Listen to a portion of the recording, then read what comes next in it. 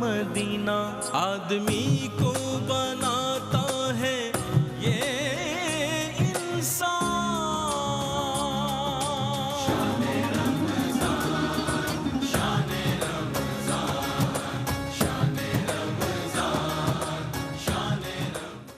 جی welcome back ناظرین، خیر مقدم ہے آپ کا ایک مرتبہ پھر، اور سوالات و جوابات کا سیگمنٹ آپ کے مسائل اور ان کا حل سیگمنٹ ہے. مفتی محمد سہیل رضا امجدی صاحب کے ساتھ کافی جوابات جمع ہو گئے. مصعب آغاز کریں، پھر کالرز بھی ایک دو لے لیں گے بیچ میں. بھائی نے پوچھا کہ اذان دیتے وقت ہاتھ کانوں پر ہونے چاہیے یا بالکل نیچے ہونے چاہیے. تو سنت طریقہ یہ ہے کہ اذان جب دیں تو آپ کی جو انگلیاں ہیں وہ کانوں کے اندر ہوں. صحیح. یہ مطلب افضل بھی ہے، سنت ہے. اور بعض اوقات ایک عادت ہوتی ہے کہ اللہ اکبر کہا پھر اس کے بعد ہاتھ چھوڑ دیے، پھر اذان دی تو یعنی اگلے الفاظ کہے تو پھر کانوں میں انگلیاں. تو بہرحال یہ بھی ٹھیک ہے، لیکن پہلا جو طریقہ ہے کہ آپ کی انگلیاں جو ہے وہ کانوں میں ہوں اور آپ اذان دیں، یہ سب سے بہتر طریقہ ہے. اچھا، دوسرا یہ کہ ہاتھ چھوڑ کر اذان دینا، یعنی بالکل آپ نے ہاتھ چھوڑے ہوئے اذان دے دیں تو یہ خلاف سنت ہے، اس طرح نہیں دینی چاہیے. ٹھیک ہے. اس کے بعد جو ہے وہ عصر کے بعد جھاڑو لگا سکتے ہیں. جی بالکل لگا سکتے ہیں، عصر کے بعد جھاڑو لگانے میں کوئی حرج نہیں ہے. اتنی بات یاد رہے کہ کچھ بڑے بوڑھے کہتے ہیں کہ جی عصر کے بعد مغرب کے بعد جھاڑو نہیں لگانی چاہیے. وہ مسئلہ یہ ہوتا ہے کہ صبح سے گھر گندا ہے، آپ صبح سے جھاڑو نہیں لگا رہے، عصر کا انتظار کر رہے ہیں یا مغرب کا، تو یہ غلط چیز ہے. جی. ایسی گندی گھر جو ہے وہ صفائی کی ضرورت ہو تو فوراً کر دینی چاہیے. ہاں اگر عصر کے بعد مہمان آ گئے تو کچھ صفائی کی ضرورت پڑ گئی مغرب کے بعد تو بالکل کر سکتے ہیں، کوئی اس میں قباحت نہیں ہے. اچھا جی، 8 تراویح میں سپارہ مکمل کر لیتے ہیں اور پھر بقیہ 12 تراویح میں 12 رکعت میں پھر وہ پاؤ پڑھتے ہیں. تو یہ کہتی ہیں کہ میں 20 جو ہے وہ 8 رکعتیں پڑھ کے واپس آ جاتی ہوں. تو 20 رکعت ایسا کرنا کیسا ہے؟ 20 رکعت تراویح کا حکم کیا ہے؟ تو یاد رکھیں کہ 8 رکعت جو ہے نا، میں پہلے بھی عرض کر چکا ہوں کہ یہ حضور نبی کریم علیہ السلام کا یہ پورے سال کا معمول تھا کہ آپ 8 رکعت تہجد پڑھتے تھے، 8 رکعت، اور 3 رکعت جو ہے وہ وتر پڑھتے تھے. تو کل ملا کر 11 رکعت ہو جاتی تھیں. اب رہی یہ بات کہ تراویح حضور نبی کریم صلی اللہ تعالیٰ علیہ وسلم نے ادا فرمائی ہے، لیکن پھر ترک بھی فرمائی. کیوں؟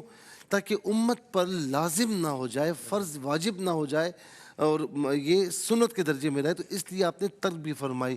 اچھا، اس کے بعد اب صحابہ کرام نے کتنی پڑھی؟ کیونکہ جو حضور نبی کریم علیہ السلام نے پڑھی اس میں ظاہر ہے کہ ایک چیز پر ہمیں وہ نہیں ملتا، 20 رکعت بھی ملتی ہے، کچھ اور رکعتوں کی تعداد بھی ملتی ہے. اب صحابہ کرام نے کتنی پڑھی؟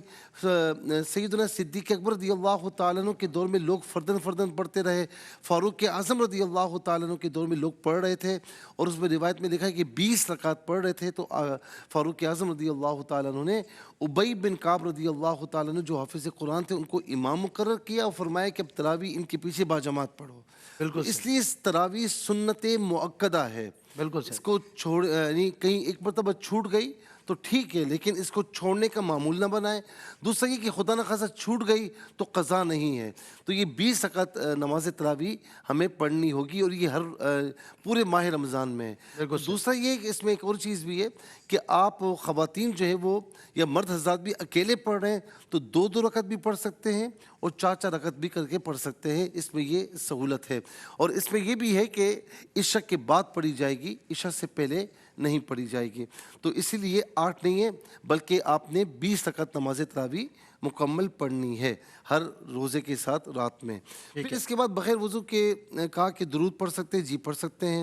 اچھا، قرآن کی تلاوت کر سکتے ہیں. جی بغیر وضو قرآن کی تلاوت کر سکتے ہیں، لیکن قرآن کو چھو نہیں سکتے بغیر وضو کے. تو کوئی کسی پارے کا حافظ ہے، قرآن کا حافظ ہے، کسی سورت کا حافظ ہے، تو وہ اگر زبانی پڑھ رہا ہے تو بہتر ہے کہ وضو ہو، لیکن وضو نہیں ہے تو زبانی پڑھ سکتا ہے یا پڑھ سکتی ہیں، لیکن قرآن کو بغیر وضو چھو نہیں سکتے. لا یمسو الا المطہرون. بالکل ٹھیک. یہ کہتے ہیں کہ ری خارج ہوتی ہے. دیکھیں، ری اگر اتنی خارج ہوتی ہے کہ ٹھیک ہے ابھی نماز کا وقت آپ کو مل جاتا ہے تو پھر اگرچہ یہ عذر آپ کے ساتھ ہے تو آپ جو ہے وہ باوضو ہو کر نماز پڑھیں تو یہی حکم ہوگا. لیکن اگر اتنی زیادہ بیماری ہو گئی ہے کہ آپ کو وقت ہی نہیں ملتا کہ آپ باوضو ہو کر وضو وضو کی نماز ادا کر سکیں، آپ کے ساتھ یہ عذر لاحق رہتا ہے، تو اس صورت میں آپ شرعی معذور کے حکم میں ہوں گی۔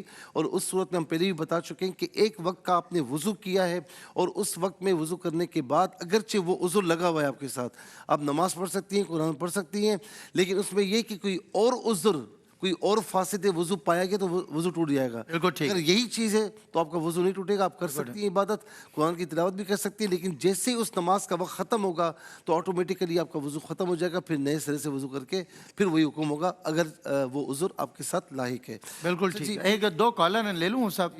جی السلام علیکم۔ جی السلام، جی کیا سوال ہے آپ کا؟ جی میرا سوال، میرے دو سوال ہیں۔ جی پوچھیے۔ میرا پہلا سوال یہ ہے کہ جب ہم نماز تہجد پڑھتے ہیں، ویسے تو ہم پنجگانہ نماز کے ساتھ نماز کے بعد ہم یہ تسبیح پڑھتے ہیں سبحان اللہ، الحمدللہ، اللہ اکبر، ٹھیک ہے، اور کیا جو نماز تہجد پڑھتے ہیں اس کے بعد بھی یہ تسبیح پڑھنا لازم ہے، ضروری ہے، ہم پہ فرض ہے؟ جی بالکل ٹھیک ہے، سوال ہے سب۔ چلیں ایک اور کالر ہے ہمارے ساتھ۔ السلام علیکم ورحمۃ اللہ۔ وعلیکم السلام۔ جی کیا سوال ہے آپ کا؟ جی میں نے پوچھنا تھا، یہ زکوٰۃ کا ہمارا نصاب جو ہے نا اب ہمارا ختم ہو گیا، اپریل میں ہم نے سٹارٹ کرنی ہے زکوٰۃ دینی، تو ہم اب ادھر نصاب سٹارٹ کر سکتے ہیں نئے سال کا؟ آپ نے زکوٰۃ دینی ہے اپریل میں اور ابھی چل رہا ہے فیبرری، تو کیا ابھی ہم دے سکتے ہیں اپریل والی زکوٰۃ؟ یہ سوال ہے نا آپ کا؟ نہیں میں کہہ رہا ہوں کہ ہم نے مارچ میں دے دی نا زکوٰۃ، تو اپریل ہمارا سٹارٹ نہیں ہونی زکوٰۃ نصاب۔ آپ نے مارچ میں زکوٰۃ دی تھی، پچھلی مارچ میں؟ نہیں، اس جو اب فروری کے جو مارچ سٹارٹ ہونے لگی ہے اس میں آپ نے زکوٰۃ دینی ہے؟ دے دی ہے زکوٰۃ، تو اب ہمارا نصاب نیا سٹارٹ کرنا ہے، تو ہم اب نصاب کا حساب کر سکتے ہیں کہ اپریل میں کریں گے؟ مطلب آپ پہلے سے زکوٰۃ نکالنا چاہتے ہیں؟ ہاں بس ٹھیک ہے، تو ٹھیک ہے۔ نصاب ہم نے چاہتے ہیں کہ ابھی سٹارٹ اس کا کر لیں، لاسٹ ہم نے اپریل میں کیا۔ اصل میں ان کی سمجھ نہیں آ رہی، آپ کے ان کے پیسوں کا جو دورانیہ ہے نا وہ شاید اپریل ہے، اپریل ٹو اپریل، جو ہمیں سمجھ میں آئے بتا دیں گے۔ صحیح ہے صاحب، بالکل ٹھیک ہے۔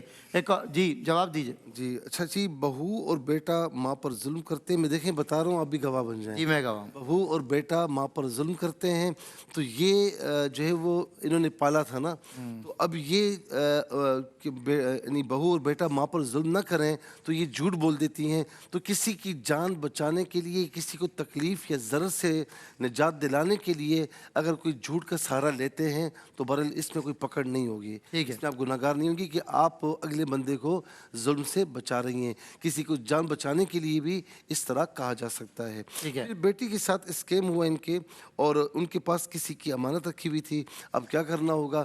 دیکھیں بیٹی نے جس طریقے سے وہ اپنے مال کی حفاظت کرتی ہے، جس نے امانت رکھوائی تھی اس کے مال کی بھی حفاظت کی تھی، اب یہ اسکیم ہوا ہے تو ٹھیک ہے وہ امانت دار تھی، لیکن اب ایک معاملہ ہو گیا ہے، اور ظاہر ہے کہ ان سے مال چلا گیا ہے، تو امانت دار کا یہ ہوتا ہے، امانت کا حکم، اگر آپ نے حفاظت کی ہے تو پھر آپ دیندار نہیں ہیں، لیکن اگر آپ نے حفاظت نہیں کی، کچھ آپ نے بھول چوک کی ہے یا پھر آپ نے کوئی سستی کی ہے تو پھر آپ دیندار ہوں گی۔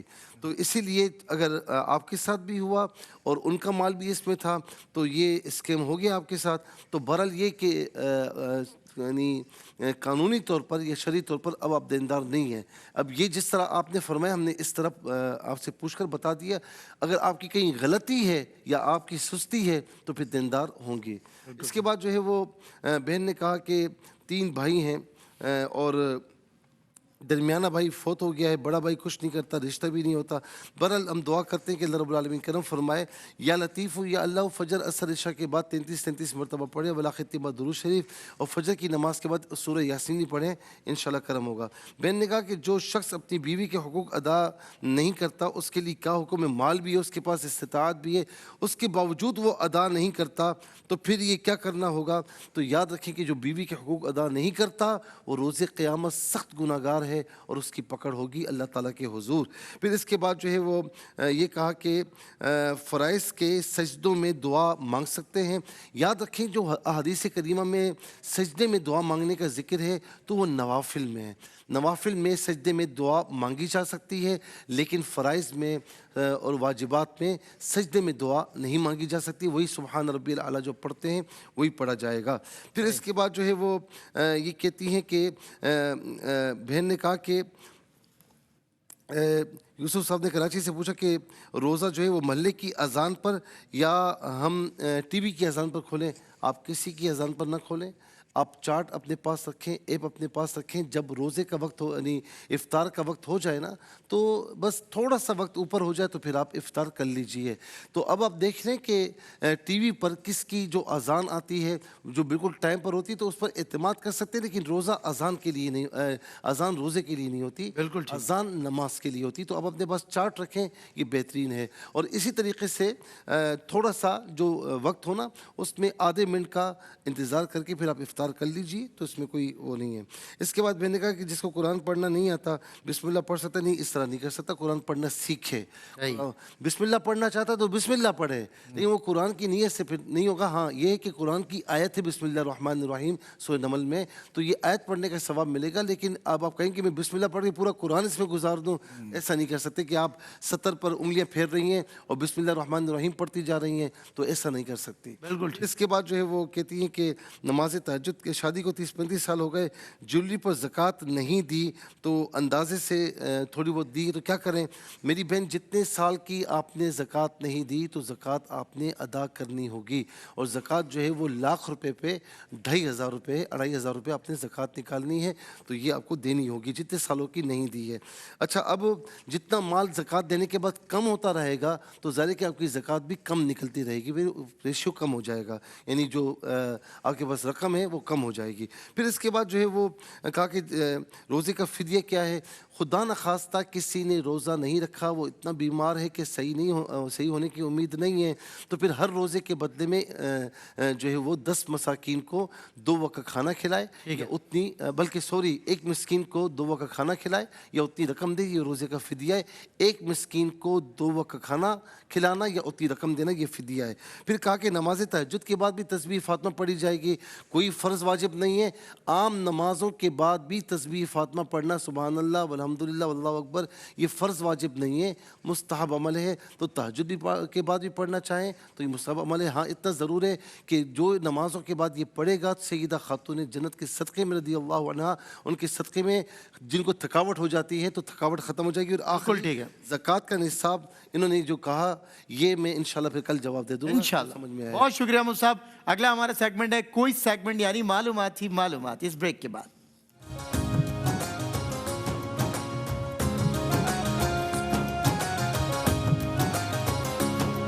روزے رکھیں گے ایسے